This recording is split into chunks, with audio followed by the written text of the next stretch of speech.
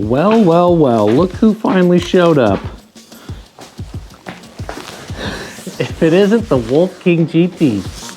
Hey everybody, thanks for tuning in to the Ginger on Wheels YouTube channel where we get to test and unbox the latest electrically wheeled gadgets, including this one that I'm very excited for, the Wolf King GT series from Voro Motors. I've been waiting for this thing for months, so I'm not gonna waste any time. Let's just roll the intro and get this thing out of the box.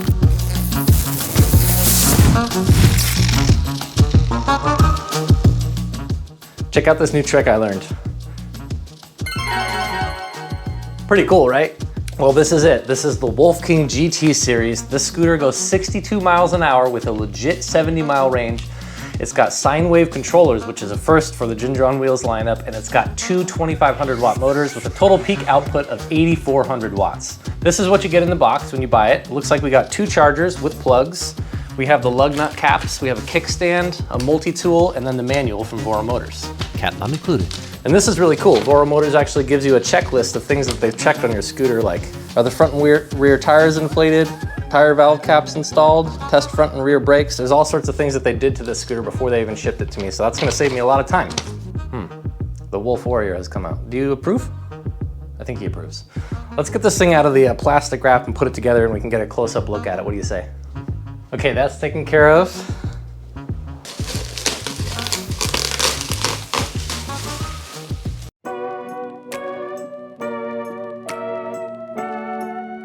Okay, first order of business, I think is gonna need, we gotta put the kickstand on because once I fold this thing up, it's gonna fall over. So let's get the kickstand on.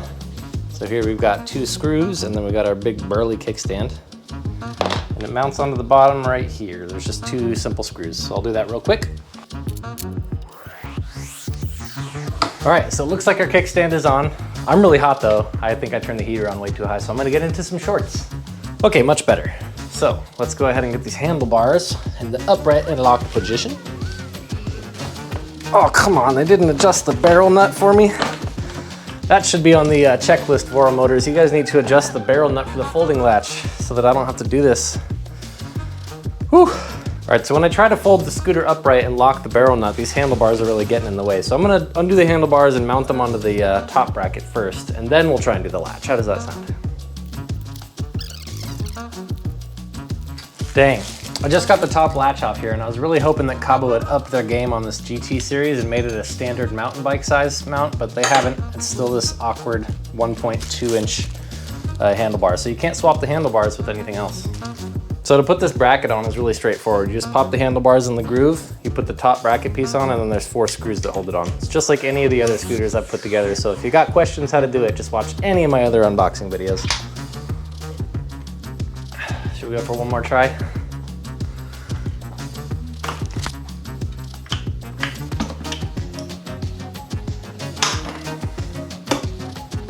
All right, so I got the barrel nut tightened in there. The folding latch is latched. It's about half a rotation looser than I would like it to be, so there's a bit of wiggle in the bars. After a while though, the threads or this bolt stretches out and then you can take it apart, tighten it another half rotation and put it back together. That's what it was like on that one anyway. But I just wanted to show you this pin. So the latch is secured right now. We have our little red slider is locked so that our latch can't come undone like that. But this pin is supposed to go in this hole and it's held on with a little cool chain. I just wanted to show you that you can't actually get the pin in because the chain's too short. And when you pull it, it comes right off. And where did it go? This little chain link will come off. So this chain has been worthless on the Wolf 11 Plus, the Wolf King, and now the Wolf GT. So I'm just gonna take it off. Great job, guys.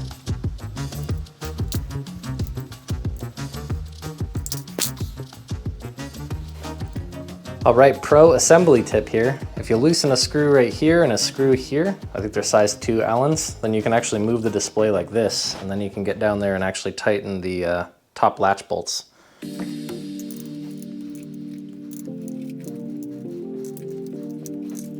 On the Wolf King GT, these bars are 1.105 in thickness. Well, now that we've got the thing out of the box, let's just go ahead and take a really up close look at it.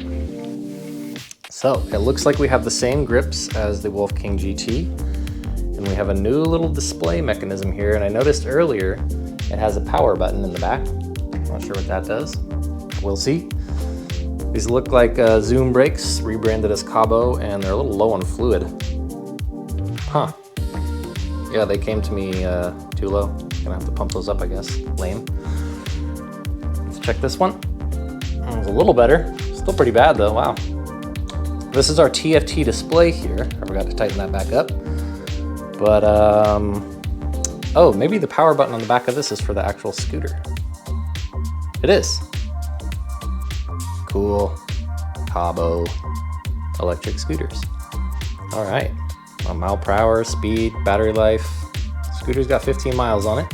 Max mile per hour, 78. Ooh, that must have been free spin. So we have a thumb throttle on this scooter, which is new. I personally like the up and down thumb throttles more, but this one will work. We're gonna see how that works out. I might switch it up. Okay, so it feels to me like the bars on the GT are a little taller than the King, so I'm gonna measure them real quick. From the ground to the top of the bar on the King is 48 inches. And on the GT, it's 51.5 inches. Huh. So we get an extra 1, 2, 3.5 inches on this scooter. That's pretty cool. Maybe I don't need custom bars after all. So width on the handlebars on the GT is 29.5 inches versus 25 inches on the King. This is a huge upgrade. Much wider, taller bars. I like that. That's amazing. Thank you, Kaabo. Let's do a ground to deck height right here with the scooter upright. Looks like, it's hard to see. What is that, 8 inches? Yeah, 8.5. Okay, 8.5 inches on the GT. And then on the King, I suspect it'll be about the same because the tires are the same size. Yeah, I think it's about the same. I heard they redid the suspension. Oh, out of the box, I've got a strap on my suspension, so when this compresses, it's gonna ruin the strap, so I need to move this strap out of the way. That's just terrible placement. So this is the Wolf King, and you can see the rear suspension is covered in mud and grime and stuff, and it's really just not a good design. Now let's check out the Wolf GT. This is the rear suspension on the GT. It looks like they have the same springs, and there's just a little rubber flap that they added. I think they got that from my first YouTube video on the Wolf. So that's cool, taking hints. But I am going to call BS that they upgraded the rear suspension. Maybe the bushings are different? Nope, same bushings. I don't think they upgraded the rear suspension at all. We'll have to test and see. So if you hold the on button, which is right here on the back, the display comes on, and then it's got two buttons right here, one on the right, one on the left, and these are blinkers. If you push that, the light comes on, so you can see your blinkers on. And it's got a blinker on the side of the stem here, and also on the rear back here. But like I said, this is tinted, so it's a little hard to see. Check out our taillights. The taillights look more pink than anything else. Yeah, that's a really weak taillight. I think they shouldn't have actually ghosted this out. It looks cool, don't get me wrong, but it makes the lights so much harder to see. You added a blinker for extra visibility and then you ruined the taillight, so I guess take the good with the bad. So this is our horn button right here. Woo! Same horn as on the King. Our lights, same lights. These are the staple Kaabo lights, the best lights on any electric scooter ever. They've got high, low, and strobe. Our thumb throttle right here, like I said earlier, and my thumb naturally wants to go here. This is a little bit farther down than I would like. I'm gonna find one of those throttles that pushes down instead of pushes in and see if I can wire it on. Because this, I can tell already when you're off-roading, I want my thumb, on the bar. I don't want it hanging off. I want this part of my hand touching the bar for extra grip. So I'm gonna find a throttle that I can do this with. Or better yet, a Ryan curve would be the best. So just for the record, on the GT, it looks like we got a 9-inch deck wide and 20.5 inches long versus the King, 20.5 by 9. So same size deck. But the difference is in this deck, we have a 72 volt, 35 amp hour, it's either an LG or a Samsung battery, but they're name brand batteries, so there's not gonna be a lot of voltage sag and you don't have to worry about them catching on fire. So these are our lug nut covers that I showed you earlier. It's just like on every other scooter, except these ones say Kaabo. They go on the lug nuts right there. Just pop them on. I recommend putting some silicone or some super glue so they don't actually come off, because if you're off-roading and you hit a log or something, these will pop off. And when you lose them, it's sad. So The reason why we can fit a bigger battery in this deck than in this deck is because on this scooter, the controllers are actually in the deck. And on this scooter, our controllers are in here, which does two things. Gives us enough room for this huge battery and also adds extra cooling onto the controllers because as you're riding, the cold air and the wind blows right onto these controllers and keeps this metal box cold. Okay, so this is our display. And there's some buttons up here. There's a plus and a minus, and then there's an M. When I push M, I need to tighten this still so don't pay attention to that. Oh, it shows voltage up here too, that's cool. So we're a single motor. I didn't know we had single motor mode. Huh, looks like we have single and dual. Anyway, when I push M, the info down here changes. It looks like we get stats on the rear and the front motors. It tells us the temperature, if there's any errors, and how much current they're pulling. That is very cool. I am confused why it says on and on for both, and then it says single motor up here, so I don't know. When you push it again, it gives you an odometer, trip info, which I think you can reset if I hold this. I held it for 3 seconds, and then I tapped it, and then it reset. Push the plus button over here, and we hold it. Now we're in dual motor, and it shows a little rocket ship. So that's how you switch between single and dual. And I want to show you, I'm not going to go through every function in this scooter because this scooter actually has a separate manual for the display. This is just for the display. So this just tells you how to do things like change your cruise control, how to change kickstart, how to change power levels, reset your odometer, eco mode. Everything you need to know about the display and the settings is in here. And everything you want to know about the actual scooter is in here. This is like the mechanical side of things, how to fix the brakes, how to do the folding mechanism, how to do the kickstand, and it's all in full color. So I will give them props about the manual. There's really good instructions, and actually, there's a wiring diagram in the back too, which is really rare to find on any scooter, but super cool. So this is the rear tire here, and this is the tire pump. I'm gonna check what the PSI was. Navarro sent them. They said they pumped them up, but I'm gonna check with my Psych Plus bike pump. This thing's really cool. It actually acts as an external power bank. You can plug things into it. It's 2600 milliamp hour, and it'll automatically pump your tires up for you. I have a couple of these now, but I just wanted to show off this one because it's super quiet. Check. So you just push the button to turn it on. And it's telling me 51 PSI out of the box. Okay, I'm not gonna pump these up, but if I wanted to, I just push that button right there. Well, that's it's perfect PSI. It says on the side of the tire 50 PSI, and it came to me at 50 PSI, so Voro did check the tires. Thanks, guys. Kind of bummed I didn't get to show you what the pump sounds like, but this is a very cool pump, and on my scooter bags that I put on my scooters, I usually bring along a pump like this with my multi-tool. So you might have heard that the new GT scooter has puncture-proof tires, and they do. This is an example of a tire that's not mounted on a scooter, and I don't know if you can see or not. There's a bunch of foam stuck to it in the inside because there's like a goopy, slimy substance in here. Sort of like a, what do you say it is? Like silly putty? Gummy? Yeah, it's like gummy. It's like stuck on gum. But it feels like it's about 1/4 of an inch thick. And if you puncture the tire with something less than 1/4 of an inch thick, I suppose the gummy seals the hole for you. So if you run over something like a staple, then you're good to go.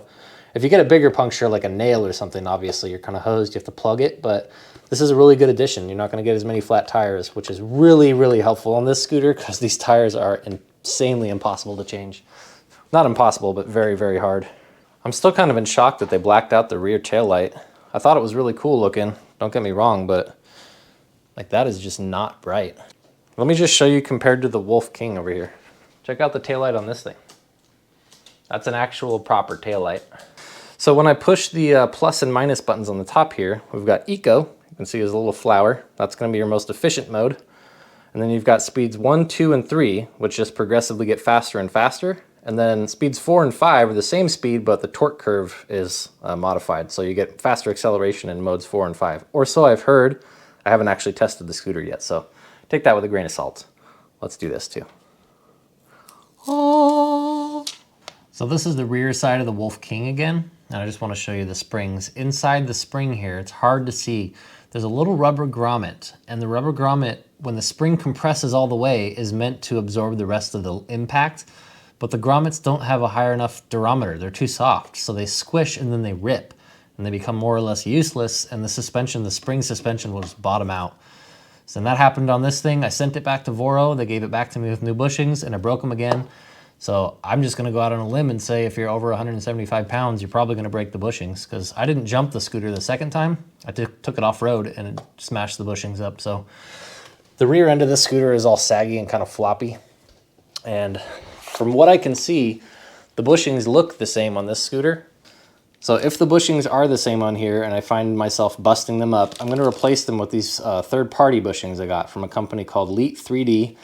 These are 100% infill and they're supposed to be just rock hard. So when the suspension bottoms out, it'll just kind of bounce off the bushings instead of actually smashing the springs in the back. One thing though that I'm very, very disappointed in Kaabo for not fixing is the fenders. You guys market this as an off-road scooter, right? You're gonna go through a puddle or two. You're gonna go through a splash of something, or you're gonna whip up some dirt. Why are the fenders a foot off of the tire? Why? They can make fenders that mount to the lugs here and hug the tire and go all the way around to the back and they go all the way around to the front. Why don't you do that? That would be much more efficient use of space and it wouldn't look as dorky and they would actually be functional. This tire as it stands, or this fender as it stands right now, doesn't do anything at all. I can attest to that. It's the same on this. Look, see how muddy this scooter is? There's how effective the fender is. Just blasts mud all across here. Doesn't do anything at all. Same with the rear. The rear is too short. If you're looking down the back end of a scooter and you can see the tire past the rear fender, this is all gonna be flinging up water. You need the fender to cover the entire back of the rear tire or else it's just gonna fling water up on you, or mud, and in this case, tons of mud. And we have the exact same fender design on the GT here. Super disappointed in that. I was really hoping that they would at least try. This little plastic thing right here is bent and it looks like it's about to break. It's a pretty brittle piece of plastic. You're supposed to be able to slide the cables down in the top here like in the other Wolves, but it looks like they have this extra cable for the new controllers and they just kind of had to bend this plastic thing and shove it into the deck. So right there is a huge water ingress point. That right there, that crack, water is just gonna be pouring in there. So do not ride this thing in the rain. That's a bummer. That goes right into the battery compartment right there. I think what I'm actually gonna do on my own time is take the screw off of here, here, and here, take this off, and carve a little cutout, like a half a circle cutout, so this wire has a place to go in, and then I'll be able to seal it more properly. On the King, I have the option to move this brace up and down where I want it, and I can mount things like my horn or my bag or my lights where I need them. On this thing, it's all mounted to the sine wave controller area, so I only get one spot to put my lights. You screw them in right there or you don't screw them in at all. I wish I could put them up here farther. To get the throw that I need with the lights this far, they're gonna have to be shining up a little farther, and that means they're gonna be shining in people's eyes a little more. But if they're up here, I can at least face them down so they're not shining right in everyone's eyeballs. At least they made the Achilles killer rounded. That's a plus. I don't know why it's there still. I mean, you can easily kick the kickstand up without that thing, very easily. I know it's for kicking the kickstand up, but you don't need it at all. It's very dangerous. If you're pushing this scooter like a kick scooter, and you know you're pushing it, your Achilles goes right on that thing. Just hurts so bad. That's happened to everybody that owns a Wolf at least once, right? I get this thing charged up overnight, gonna wait for the next sunny day, and we'll give it a whirl. I did a good job of pointing out all the bad things, but it's not until we ride it that we get to experience how great it is. Yes, the scooter does have its flaws, but I have a feeling that it's gonna be the best scooter I've ever ridden. Because I loved this thing when I first got it, but then this thing is just gonna be better, faster, smoother acceleration, quieter, taller, wider bars, and a nice little TFT display. All right, you guys, I hope you enjoyed my unboxing of the Wolf King GT. We got to see the good, we got to see the bad, but now it's plugging in, it's charging, so we gotta wait for the next sunny day to go around and ride it. Make sure to subscribe to the YouTube channel so you can catch that video, and I'll see you then.